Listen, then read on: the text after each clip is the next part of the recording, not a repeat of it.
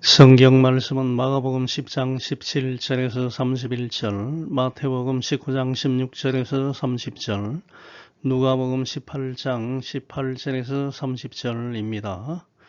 제목은 영생에 관한 부자 청년과 예수님의 대화입니다. 마가복음 10장 17절, 예수께서 길에 나가실새 한 사람이 달려와서 꿇어 앉아 묻자오되 선한 선생님이여, 내가 무엇을 하여야 영생을 얻으리이까? 예수께서 이르시되 내가 어찌하여 나를 선하다 일컫느냐? 하나님 한 분 외에는 선한 이가 없느니라.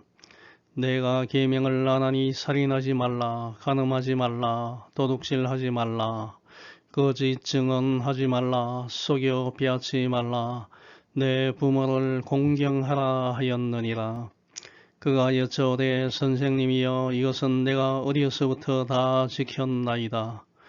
예수께서 그를 보시고 사랑하사 이르시되 내게 아직도 한 가지 부족한 것이 있으니 가서 내게 있는 것을 다 팔아 가난한 자들에게 주라. 그리하면 하늘에서 보화가 내게 있으리라. 그리고 와서 나를 따르라 하시니 그 사람은 재물이 많은 거로 이 말씀으로 인하여 슬픈 기색을 띠고 근심하며 가니라.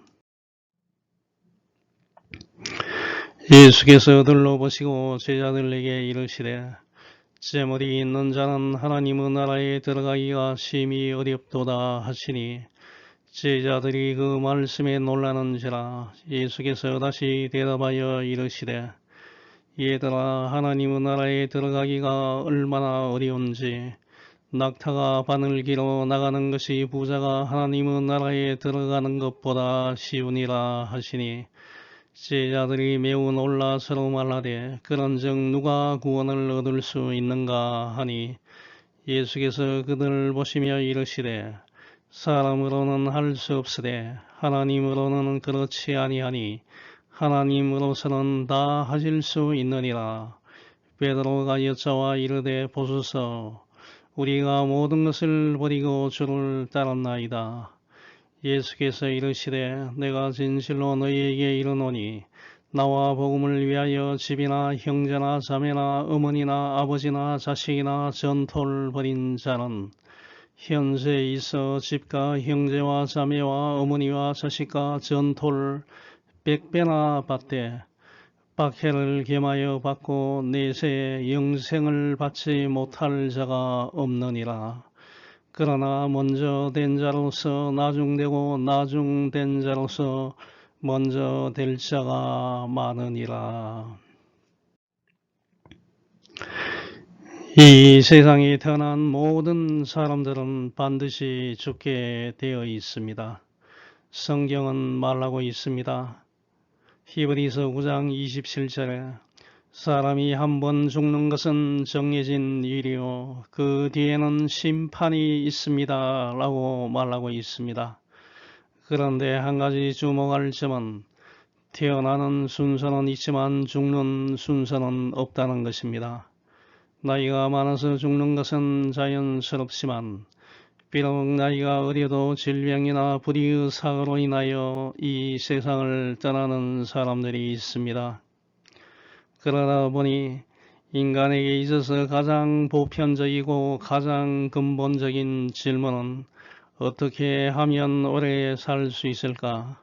어떻게 하면 영생, 이터널 라이프 할 수 있을까?입니다. 중국 진나라 시황제는 불로장생, 늙지 않고 오래 사는 것을 위하여 신비의 불로초를 구하기 위하여 많은 노력을 했으나 49세의 나이로 생을 마감하였습니다. 현대에 와서는 줄기세포와 같은 첨단 의학의 희망을 걸고 있지만 몇 년 전 발생한 코로나 사태를 통하여 경험한 바와 같이 눈에 보이지 않는 작은 세균이 핵폭탄보다 더 위력적으로 인간을 죽음으로 몰아가기 때문에 영생하겠다는 소망을 갖는 인간을 절망시키고 있습니다. 그럼 해결책은 없습니까? 오늘 본문 말씀은 한 부자 청년이 예수님께 달려와 무릎을 꿇고 무엇을 하여야 영생을 얻을 수 있는지 질문하였고, 이에 대하여 예수님께서 답변을 하신 내용과 부자와 하나님 나라의 관계에 대하여 예수님께서 교훈하신 내용을 보도하고 있습니다. 내가 무엇을 하여야 영생을 얻을 수 있습니까? 라는 한 부자 청년의 질문은 이 세상을 살아가고 있는 모든 사람들이 가지고 있는 가장 근본적인 질문이고 매우 중요한 신학적 주제이므로 영생에 관한 예수님과 부자 청년 간의 대화는 공감복음서 저자들이 같은 관점으로 예수님의 생애와 교훈을 작성한 성경책을 말합니다. 저자 마태, 마가, 누가가 각각 기록한 마태복음과 마가복음, 누가복음을 지칭합니다. 공감복음서인 마가복음 10장 17절에서 31절, 마태복음 19장 16절에서 30절, 누가복음 18장 18절에서 30절에 모두 기록되어 있습니다. 예수님을 찾아온 이 사람은 사회적으로 출세한 부자 청년이었습니다. 풍족한 재산과 안정된 사회적인 지위를 누리고 있었고 방탕한 생활을 하지 않고 율법을 지키며 정의롭게 살고자 하는 종교적인 열심을 가지고 있었습니다. 하지만 그 청년은 어떻게 살아야 영생을 얻게 되는지에 관하여 알지 못했고 어떠한 확신도 없었습니다. 그리하여 그 청년은 용기를 내어 예수님께 찾아와서 영생하는 방법에 대하여 질문을 하였던 것입니다. 그 당시에 상당수의 사람들은 예수님을 형편없는 이스라엘 북부 지역 나사렛 출신의 목수로 폄하하였고 기껏해야 갈릴리 바다에서 물고기 잡는 일을 생업으로 하는 어부들과 사람들로부터 세금을 엄청 거두어 간다고 비난받고 따돌림을 받던 세무원을 자기 제자로 삼아서 데리고 다니는 선생에 불과하다고 혹평을 하던 시기였지만 이 부자 청년은 많은 사람들이 쳐다보는 공개적인 장소에서 예수님 앞에 무릎을 꿇고서 어떻게 살아야 영생을 얻을 수 있는지를 질문하였습니다. 이 청년은 그 당시에 예수님 주위로 몰려들어 병 고침 받길 소원하는 사람들, 종교적 호기심으로 찾아온 사람들, 예수님께서 병 고치시는 것을 직접 보기 위해 찾아온 사람들, 예수님을 함정에 빠뜨리기 위하여 혈안이 되어서 동정을 살피는 유대 종교 지도자들과는 질적으로 전혀 다른 동기를 가지고 찾아온 사람이었습니다. 부자 청년은 영생에 관한 간절한 소망을 가지고 이 문제를 해결하기 위하여 예수님을 찾아온 사람이었습니다. 예수님은 이 부자 청년에게 하나님께서 주신 인간들 사이의 계명을 지키라고 말씀하자 이 청년은 자신만만하게 자신은 모든 계명을 지켰다고 대답하였습니다. 사실 이 청년은 하나님의 계명, 즉 율법을 형식적으로 잘 지켰습니다만 하나님께서 율법을 제정하신 근본 정신에 맞게 율법을 지킨 것이 아니었고 지극히 형식적으로 안 지키자니 주위 사람들은 눈총도 있고 해서 마지 못해 지켰던 것입니다.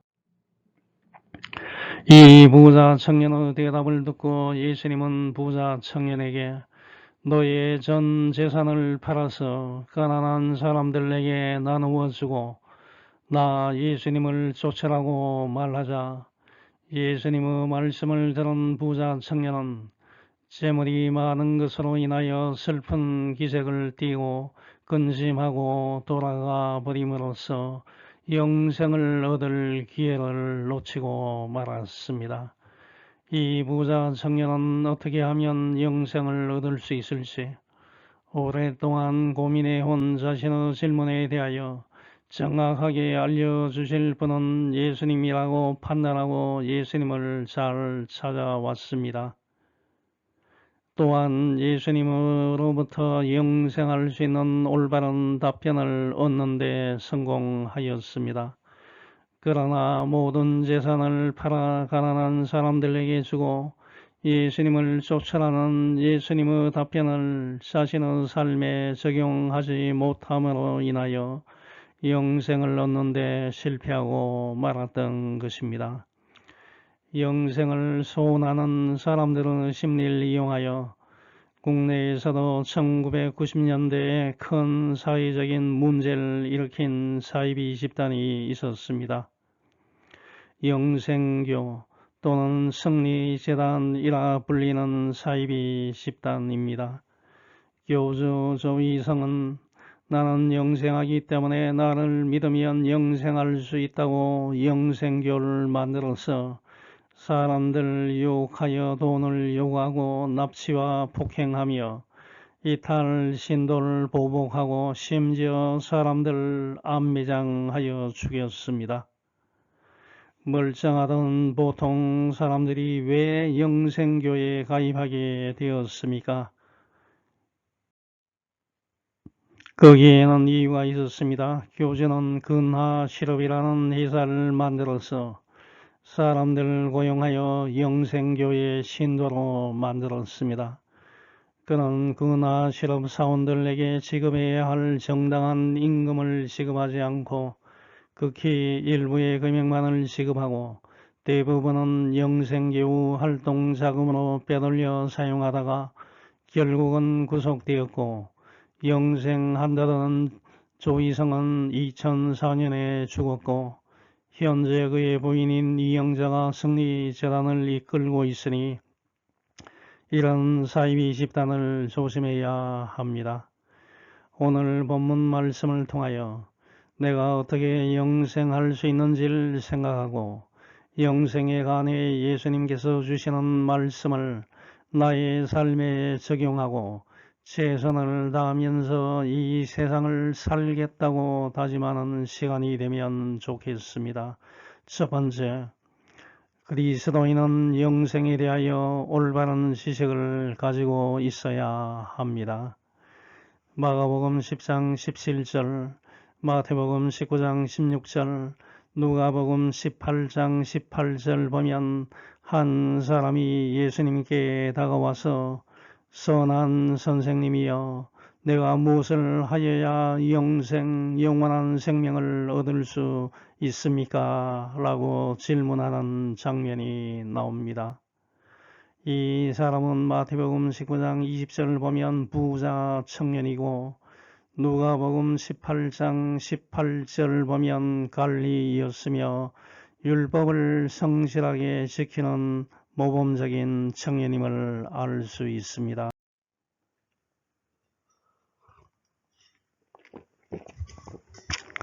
이 부자 청년은 당시 유대 종교 지도자들로부터 모욕을 받고 제거되어야 할 위험한 인물로 여겨졌던 예수님을 찾아와서 많은 사람들이 모여있는 공개된 장소에서 예수님 앞에 무릎을 꿇고 존경을 표하면서 무엇을 하여야 영생을 얻을 수 있는지 질문한 것은 그에게 대단한 용기와 결단이 있었기 때문에 가능한 것이었습니다.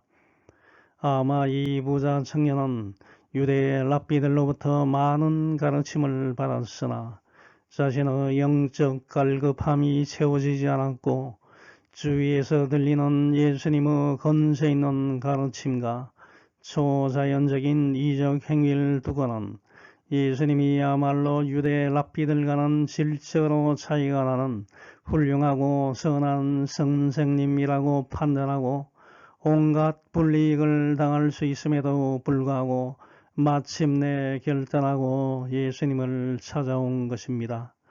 이 부자 청년의 질문은 내가 무엇을 하여야 영생을 얻을 수 있겠습니까? 이었습니다. 이 성경 구절을 통하여 당시 유대인들의 구원관을 알 수 있습니다. 당시 유대인들은 자신이 선을 행함으로써 구원을 얻는다고 생각하고 있었습니다. 그리하여 유대인들은 주위에 힘들어하는 사람들을 돕고 자선을 베풀고 하나님이 지시하시는 말씀이 무엇인지를 알고자 구약 성경을 열심히 읽고 그 말씀을 실천하기 위하여 애를 많이 썼습니다. 이 부자 청년도 율법을 잘 지켰고 선한 일을 많이 한 것 같습니다. 마가복음 10장 18, 19절 보면 예수님은 청년에게 내가 계명을 안 하니 살인하지 말라, 간음하지 말라, 도둑질하지 말라, 거짓 증언하지 말라, 속여 빼앗지 말라, 내 부모를 공경하라 라는 계명을 지키라고 말씀하셨고 부자 청년은 선생님이여 이것은 내가 어디서부터 다 지켰나이다 라고 대답했고 마태복음 19장 20절을 보면 청년은 저는 이 모든 계명을 다 지켰습니다. 아직도 무엇이 부족합니까? 라고 반문하였습니다.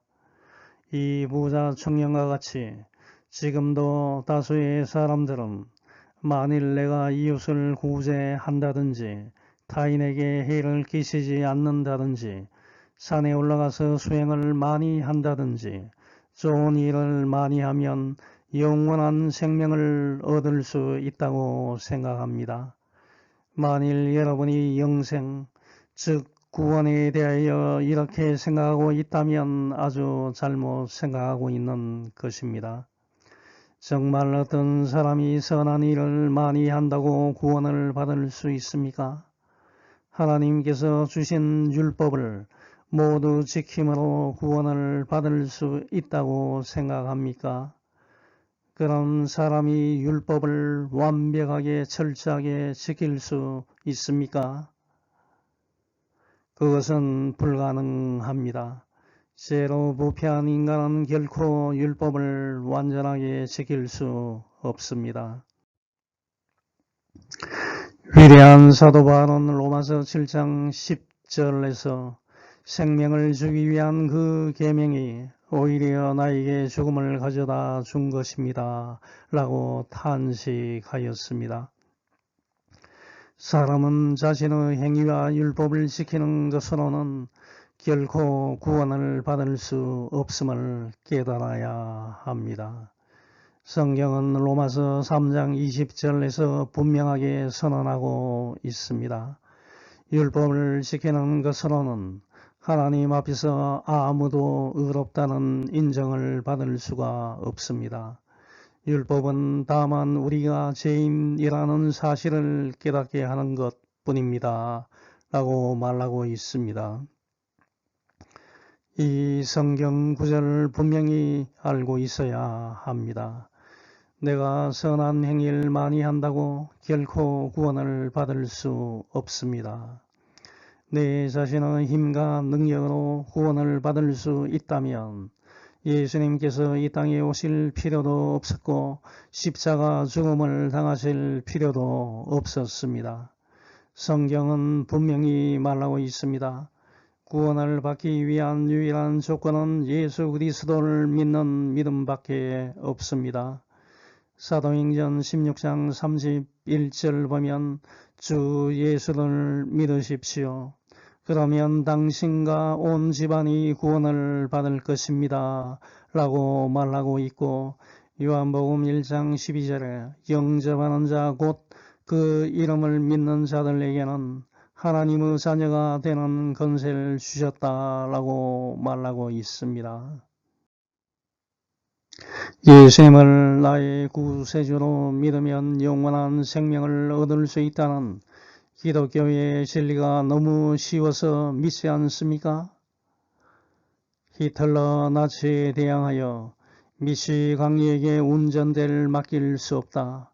차에 올라 그 미치광이 운전사를 끌어내려야 한다고 말하며 그리스도인으로서 끝까지 목소리를 높이다가 39세의 형장의 이슬로 사라진 독일의 신학자인 디트리히 본헤퍼, 독일 루터교의 목사님이시며 신학자, 나치의 폭정에 반대한 고백교회의 설립자 중에 한 사람인 본헤퍼는 일부 사람들이 아무런 조건 없이 예수 그리스도를 믿으면 구원을 얻는다는 것을 값싼 은혜로 취급하자 통렬하게 비판하였습니다.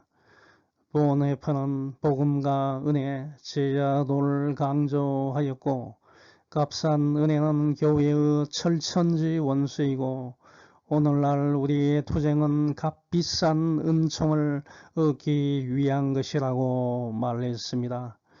본헤퍼는 값싼 은혜란 싸구려 상품이요 떠리로 팔아버린 사죄요 떠리로 팔아버린 위로요 떠리로 팔아버린 성례전입니다.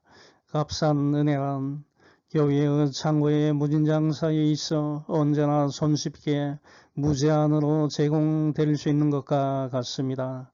한마디로 값싼 은혜는 대가나 노력 없이 얻는 은혜입니다.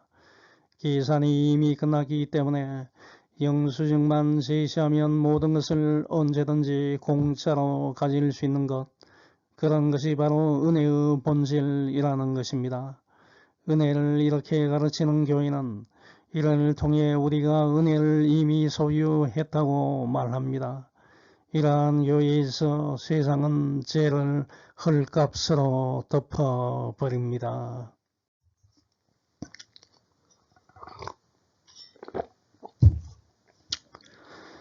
사람들은 죄를 뉘우치거나 죄로부터 벗어나길 바라지 않습니다. 따라서 값싼 은혜란 하나님의 살아있는 말씀을 부정하는 것이요 하나님의 말씀이 인간이 되었다는 사실, 즉 성육신을 부정하는 것입니다. 값싼 은혜란 죄인을 의롭다고 인정하는 것이 아니고 죄를 의롭다고 인정하는 것입니다. 값싼 은혜란 우리 자신이 소유하고 있는 은혜입니다. 값싼 은혜란 참회가 없는 사죄요, 교회의 치리가 없는 세례요, 죄의 고백이 없는 성만찬이요, 개인적인 참회가 없는 사죄입니다. 값싼 은혜란 뒤따름이 없는 은혜요, 십자가가 없는 은혜요, 인간이 되시고 살아계신 예수 그리스도가 없는 은혜입니다. 라고 비판하였습니다. 또한 본헤퍼는 예수님을 믿으면 구원을 얻는다는 것은 값싼 은혜가 아니고 값비싼 은혜임을 강조했습니다. 값비싼 은혜란 밭에 숨겨져 있는 보물과 같습니다. 이를 발견한 사람은 집으로 돌아가 자신이 가진 모든 것을 팔아 기쁨으로 그것을 삽니다. 값비싼 은혜란 값비싼 보석과 같습니다. 이를 본 상인은 자신이 지닌 모든 물건을 주고 이를 얻습니다. 값비싼 은혜란 그리스도의 통치입니다. 이를 위해 사람들은 죄를 짓게 하는 눈을 뽑아버리기까지 합니다. 값비싼 은혜는 예수 그리스도의 부름입니다. 이를 위해 제자들은 자기들이 가진 전부라고 할 수 있는 그분을 버리고 그분을 따랐습니다. 값비싼 은혜는 언제나 다시 추구해야 할 복음이요, 언제나 다시 간구해야 할 은사요, 언제나 다시 두드려야 할 문입니다. 은혜가 값비싼 까닭은 따르길 촉구하기 때문입니다. 예수 그리스도를 따르길 촉구하기 때문입니다. 은혜가 값비싼 까닭은 주님이 인간의 생명을 대가로 치르셨기 때문이요 인간에게 생명을 선사하기 때문입니다. 은혜가 값비싼 까닭은 죄를 나무라고 죄인을 의롭다고 인정하기 때문입니다. 은혜가 값비싼 까닭은 무엇보다 은혜가 하나님에게 값비싼 것이기 때문이요. 은혜를 위해 하나님이 아들의 생명을 대가로 치르셨기 때문이요. 하나님에게 값비싼 것이 우리에게는 값싼 것이 될 수 없기 때문입니다. 그것이 은혜인 까닭은 하나님이 자신의 아들을 귀하게 간직해 두지 않으시고 우리를 위해 주셨기 때문입니다. 값비싼 은혜란 하나님이 인간이 되셨다는 것입니다. 값비싼 은혜란 살아있는 말씀으로 이해되는 은혜이며 우리에게 예수님을 따르길 촉구하는 은혜이며 괴로운 심령과 애통하는 마음에 다가오는 사제의 말씀입니다. 그 은혜가 값비싼 까닭은 사람들에게 예수 그리스도의 제자가 되는 멍에를 지우기 때문입니다. 그것이 은혜인 까닭은 예수님이 나의 멍에는 부드럽고 나의 짐은 가볍다 라고 말하기 때문입니다. 은혜가 값비싼 까닭은 그것이 행위로부터 벗어났기 때문이 아니라 제자직으로 부름을 무한히 강조하기 때문입니다. 바로 이 점에서 은혜는 값비싼 것이었습니다. 바로 이 점에서 제자의 길은 은혜였습니다. 이것이 종교개혁자들이 발견한 복음의 비밀이었으며 죄인을 의롭게 하는 비밀이었습니다. 그러나 우리는 까마귀처럼 값싼 은혜라는 시체의 주변에 모여들었고 거기서 우리는 예수님의 제자직을 말살하는 독을 빨아들였습니다. 우리는 너무나 값싼 가격으로 제자직을 희생시켰습니다. 이 세상에서 값싼 은혜가 결국 승리하고 말았습니다. 하지만 이와 같은 값싼 은혜가 우리에게 무자비한 것이 되었다는 사실을 알고 있습니까? 오늘날 조직화된 교회의 붕괴와 더불어 우리가 치러야 하는 쓰라린 대가가 바로 대단히 값싸게 얻은 은혜의 불가피한 결과가 아니고 무엇이겠습니다. 그렇습니다. 우리를 향한 값싼 은혜의 습격은 무자비했습니다. 왜냐하면 우리는 값싼 은혜와 싸구려 상품에 현혹되어 가장 소중히 여겨야 할 예수 그리스도의 부르심을 버렸고 그로부터 순종과 제자직을 실천할 능력을 상실하고 말았기 때문입니다. 값싼 은혜의 말씀은 그 어떤 행위의 계명보다도 더 많은 그리스도인들 파멸로 몰아갔습니다. 은혜가 값비싼 까닭은 그것이 순수하기 때문이요. 예수 그리스도 안에서 나타난 하나님의 은혜이기 때문입니다. 예수 그리스도를 단순하게 뒤따르는 가운데서 이러한 은혜에 압도되고 그래서 그리스도의 유일한 은혜를 겸손하게 찬양할 수 있는 자들은 복이 있습니다. 이 땅 안에서 이 은혜 때문에 자신을 잃어버리지 않고 이 은혜를 인식하면서 살 수 있는 자들은 복이 있습니다. 예수 그리스도의 제자직을 오직 은혜로부터 주어진 삶으로 이해하고 은혜를 제자직으로 이해하는 자들은 복이 있습니다. 이런 의미에서 그리스도인이 된 자들, 곧 자비로운 은혜의 말씀을 받아들인 자들은 복이 있습니다. 기억하십시오. 살아계신 예수 그리스도가 없는 기독교는 반드시 제자직이 없는 기독교로 남게 되며 제자직이 없는 기독교는 언제나 예수 그리스도가 없는 기독교로 남게 된다는 사실을 말입니다. 라고 말을 했습니다. 이와 같이 본 해파는 하나님께서 사람들에게 주신 예수 그리스도를 믿으면 구원을 받는다는 이 쉽고도 간단한 구원의 조건을 값싼 은혜라고 치부하여 예수님을 믿지 않는 사람들에게 이것은 진정 값비싼 은혜라고 설명했습니다. 로마서 1장 17절 보면 오직 의인은 믿음으로 말미암아 산다라고 말하고 있습니다. 아무리 내가 많은 선행을 하고 많은 사람들로부터 존경을 받는다고 할지라도 예수님을 나의 구세주로 믿어야 구원을 받을 수 있다는 것을 명심하시고 이 사실 주위에 널리 전하는 여러분이 되시기 바랍니다.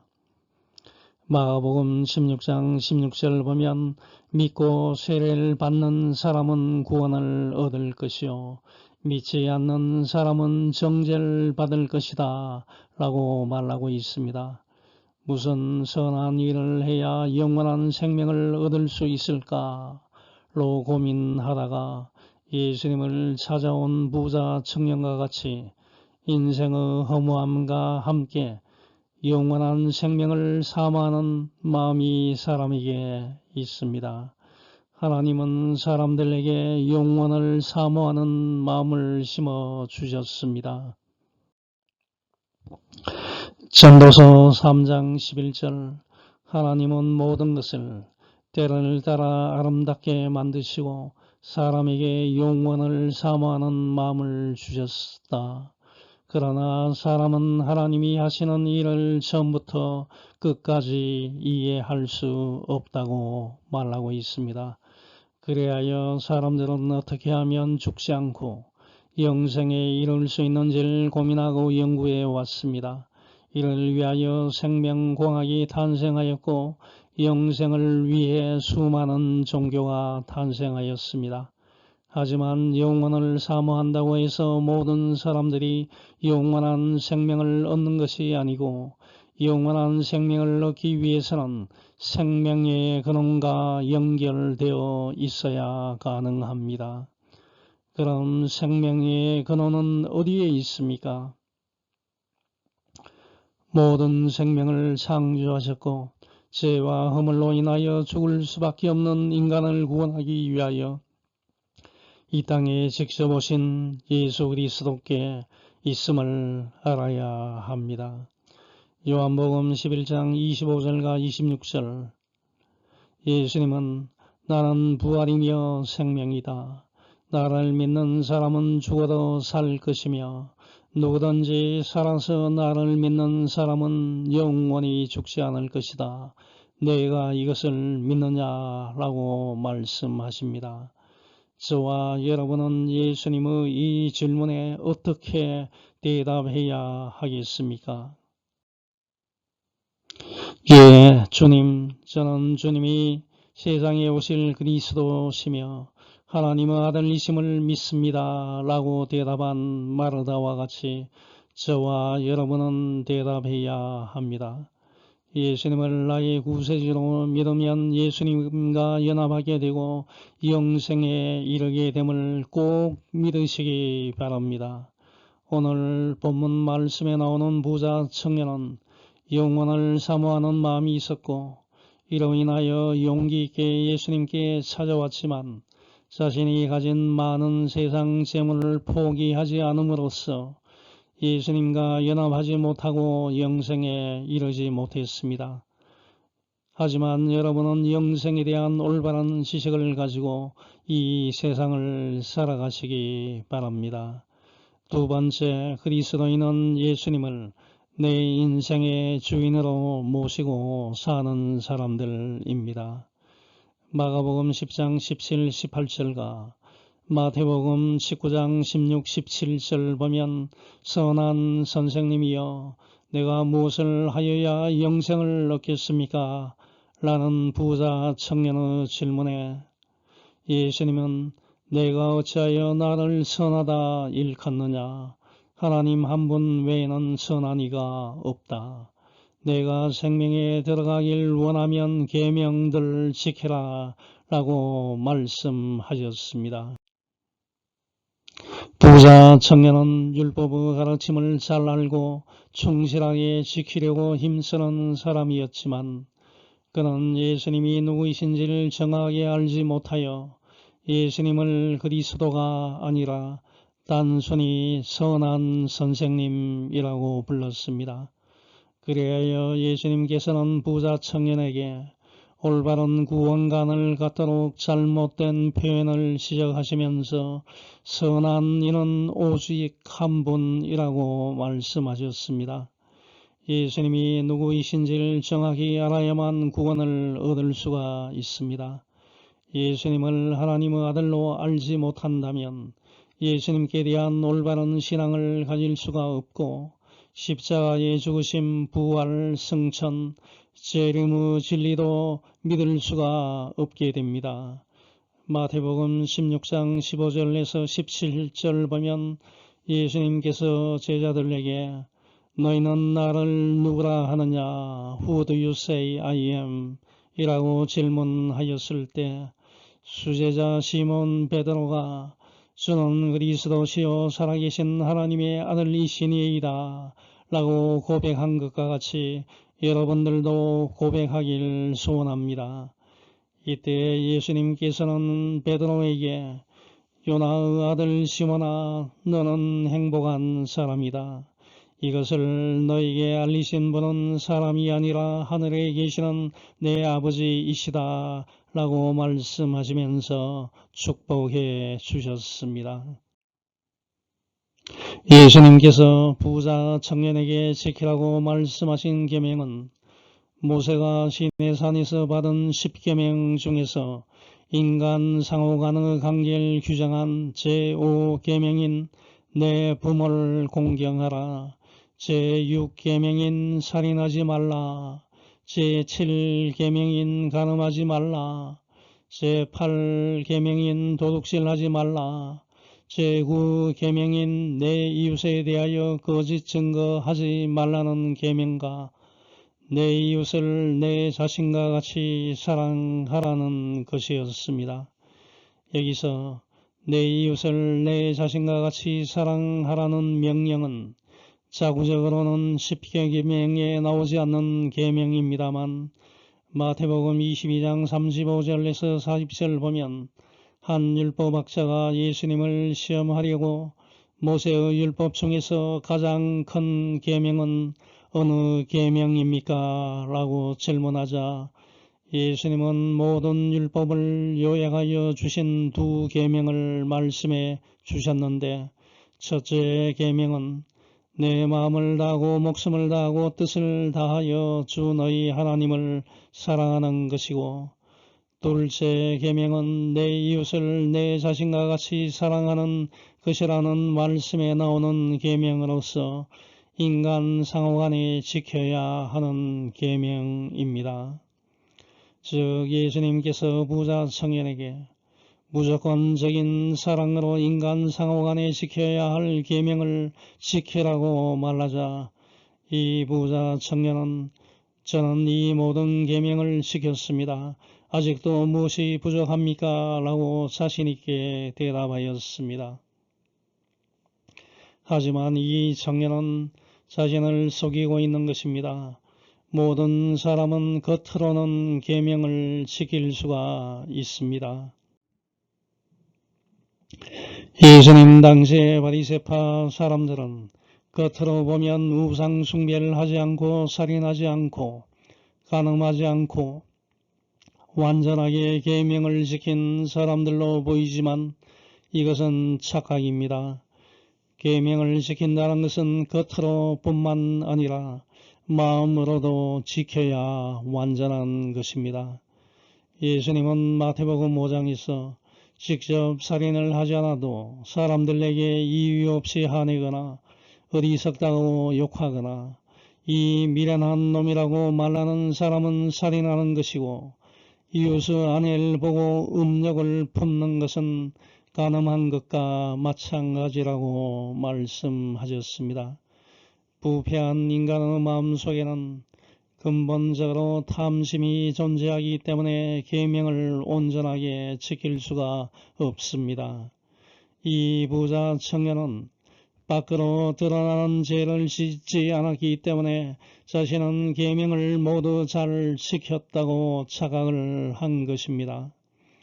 나는 계명을 모두 지켰습니다. 나는 계명을 모두 지킬 수 있다고 생각하는 사람은 교만한 사람이요 무지한 사람이고 자신을 스스로 속이는 사람들입니다. 여러분은 이런 어리석은 생각에 빠지지 말고 내가 이 모든 계명들 지킬 수 없는 죄인임을 고백하고 예수님을 믿음으로 구원에 이룰 수 있게 되었음을 고백하는 여러분이 되시기 바랍니다.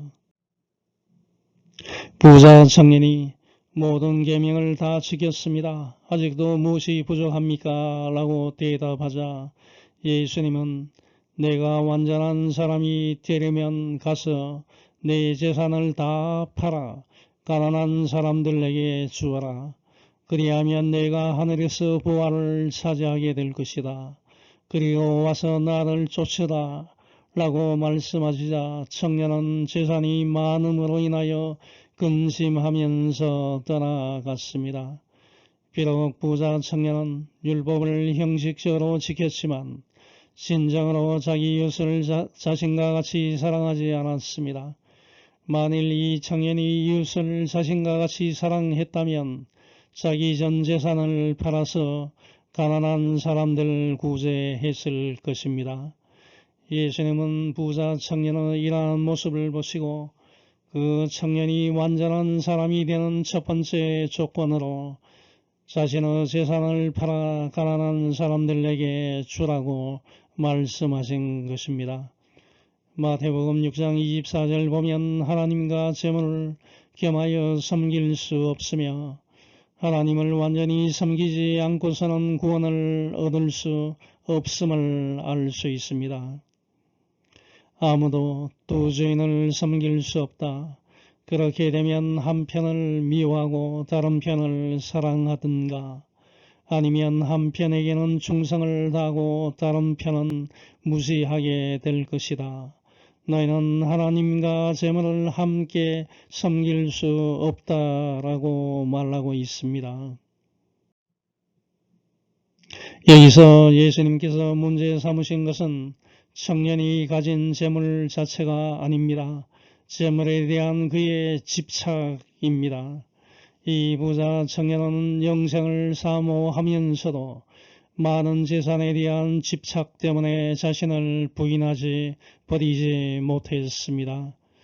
마태복음 16장 24절 보면 예수님은 제자들에게 누구든지 나를 따라오려거든 자기를 부인하고 자기를 버리고 자기 십자가를 지고 나를 따르라라고 말씀하셨습니다. 구원을 얻는 유일한 조건인 사도행전 16장 31절 말씀을 보면 주 예수님을 믿으십시오.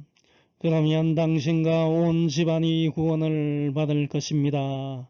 이 말씀에서 주는 무엇을 의미합니까? 주는 종의 반대 개념으로 주인을 의미합니다. 그러므로 예수님을 믿는다는 것은 예수님을 내 인생의 주인으로 모시고 사는 것을 의미합니다. 예수님이 내 인생의 주인이신데 내가 예수님을 믿는다고 말하면서 나의 생활에 변화가 없고 살아가는 방식과 생각이 바뀌지 않는다면 지금 나의 믿음에 큰 문제가 있는 것입니다. 이 세상에는 모양은 그리스도인 같이 보이지만 사실은 그렇지 않는 사람들이 많습니다. 지난번 코로나 팬데믹을 통하여 보듯이 이름만 예수 그리스도를 내세우지 실상은 자신의 탐욕을 드러내고 예수님을 이용하여 부를 축적하는 사람들이 많습니다. 여러분은 예수님을 내 인생의 주인으로 영접하여 내 자신을 부인하고 내 삶이 변화되고 새롭게 바뀌는 새 사람이 되시기 바랍니다. 마지막 세 번째 재물에 집착하는 자는 예수님의 제자가 되기 쉽지 않습니다. 마가복음 10장 23절 보면 부자 청년이 돌아간 다음에 예수님이 제자들에게 하신 말씀이 나옵니다. 재물이 있는 자 부자는 하나님의 나라에 들어가기가 심히 어렵다라고 말씀하셨습니다. 이것은 마치 낙타가 바늘 길어 나가는 것이 부자가 하나님의 나라에 들어가는 것보다 더 쉽다라고 말씀하셨습니다. 여러분 상상이나 할 수 있습니까? 큰 낙타가 매우 작은 바늘 구멍으로 나가는 것이 더 쉽다는 것입니다. 예수님이 이렇게 말씀하신 것은 가난한 자를 옹호하고 부자를 배척하는 말씀이 아닙니다. 그럼 예수님께서 이렇게 말씀하신 의미는 무엇입니까? 두 가지로 생각할 수 있습니다. 첫 번째, 부자들 중에는 정당하게 부를 축적한 사람도 있지만 그렇지 못한 사람들이 많이 있다는 것입니다. 다른 사람이 피땀 흘려가면서 번 돈을 가로채어서 버는 사람들은 잘못을 인정하고 돌려줄 일이 많다는 것입니다. 다시 말하면 회개할 일이 많다는 것입니다. 그런데 자신의 잘못을 인정하고 돈을 돌려주는 일이 부자들에게는 쉽지 않다는 것입니다. 누가복음 19장 1절에서 9절을 보면 예수님이 여리고 지방으로 들어가실 때 세리장이며 부자인 삭개오가 예수님을 만나서 잘못을 인정하고서 자신의 소유 절반을 가난한 사람들에게 주겠으며 타인의 것을 속여서 빼앗은 것은 네 값을 네 배나 주겠다고 회개하는 장면이 나옵니다. 진정으로 이러한 일이 부자들에게는 일어나기가 쉽지 않기 때문에 하나님의 나라에 들어가기가 쉽지 않다는 것입니다. 두 번째는 부자들은 가난한 사람들보다 상대적으로 더욱 돈을 사랑하기 때문에 하나님 나라에 들어가기가 쉽지 않습니다. 부자들은 돈에 대한 집착이 매우 강한 사람들입니다. 모든 것을 물질적 기준에 맞춥니다. 물질 만능주의자들입니다. 일반적으로 부자들에게는 교만병이 있어서 모든 것을 돈으로 해결하려고 하는 습성이 있습니다. 그러므로 예수님의 은혜에 감사하는 마음이 작아집니다. 하나님과 이웃을 사랑하는 마음보다 더욱 돈의 마음이 가 있기 때문에 하나님의 나라에 들어가기가 쉽지 않습니다. 그래야 예수님은 하나님과 재물을 겸하여 섬기지 못한다고 말씀하셨습니다. 돈이 많아지면 이 세상에서의 삶이 조금 편리해지는 경향이 있지 내 삶의 목표인 영생을 얻을 수 없음을 꼭 명심하시기 바랍니다. 이제 결론을 맺습니다. 부자나 가난한 자나 모두 하나님은 나라에 스스로 가는 것은 불가능합니다. 힘든 수행을 통해서도 수많은 선한 행위를 해서도 영생을 얻을 수 있는 것이 아닙니다. 하지만 영생을 얻는 것은 매우 간단합니다.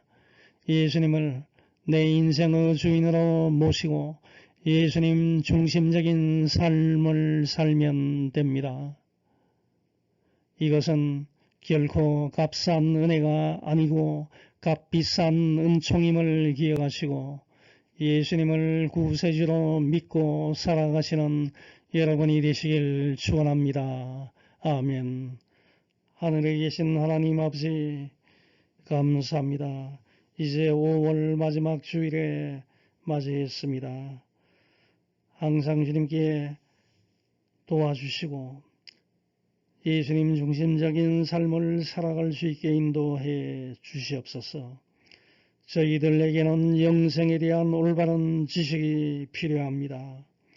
예수님을 믿으면 구원을 받는다는 것을 값싼 은혜로 취급하는 어리석은 사람들이 되지 않고 이것은 값비싼 은총임을 우리가 알고 예수님을 내 인생의 주인으로 모시고 살고 재물에 집착하지 않는 삶을 살 수 있게 주님께서 인도해 주시옵소서. 예수님 이름으로 기도합니다. 아멘.